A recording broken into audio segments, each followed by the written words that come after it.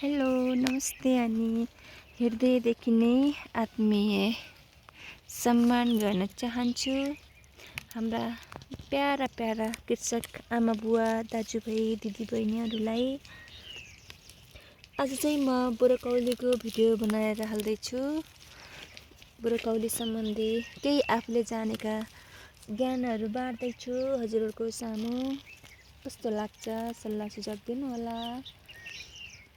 आज चाहिँ म के भन्न चाहन्छु भने हामीले चाहिँ यो ब्रोकौली लगाएका छौँ। दुरी चाहिँ हामीले 1 फुटको जति 1 फुटको नै छ, 1 फुटको राखेका छौँ। यो चाहिँ हाम्रो समथिङ 2 महिना भइसकेको छ। अहिले 2 चोटि गोडाइ पनि भइसकेको छ। यसमा खादहरू पानीहरू टाइममै मिलाएको हुनाले पौधा पनि एकदमै राम्रो भइरहेको छ। म एउटा कुरा चाहिँ के भन्न चाहन्छु भने जस्तो यो ब्रोकौली हुन्छ नि, घोपीबाट यसरी आँकुराहरू निस्किएको हुन्छ, यसको चाहिँ फ्याँक्नु पर्ने रहेछ है। हामीभन्दा पहिले नै लगाइसक्नु भएका कृषक दाजुभाइहरूले हामी बताउनु भएको थियो र मैले पनि त्यही फ्याँकिरहेको छु।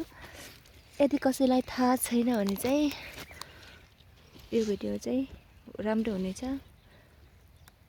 यसरी चाहिँ यसलाई आरामसँग निकाल्नुपर्छ। यसको आँकुराहरू निकालेन भने पनि फुल्न चाहिँ फुल्छ, तर जति आँकुरा निकालेको छ त्यहाँदेखि पनि फुल आउँछ है। अनि यो माथिदेखि पनि फुल आउँछ, तर यो हामीले आँकुराहरू फ्याँकेन भने माथिको फुल चाहिँ हाम्रो एकदमै सानो बन्छ।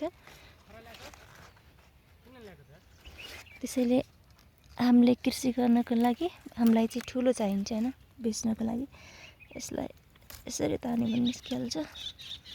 अझ यसरी फ्याँक्नुपर्छ। अनि एउटा कुरा चाहिँ के हुन्छ भने यसमा यस्तो खालको पौधा पनि निस्किन्छ क्या, यस्तो खालको बिरुवा पनि निस्किन्छ एउटा है।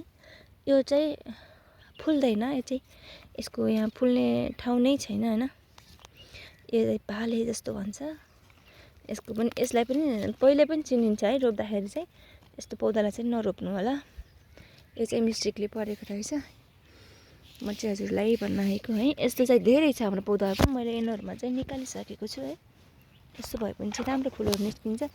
चाहिँ धेरै लगाएको छ है। उता चाहिँ अलिक ठुलो छ, यता चाहिँ उता पानी सिँचाइ भइरहेको छ। यो फल्यो भने चाहिँ कस्तो हुन्छ म हजुरहरूलाई देखाउने छु है। यो चाहिँ हामीले पनि फर्स्ट टाइम लगाएको, त्यसैले हजुरहरूलाई कस्तो लाग्छ सल्लाह सुझाव चाहिँ दिँदै गर्नुहोस् है। थ्याङ्क यू मेरा प्यारा कृषक मनहरूलाई।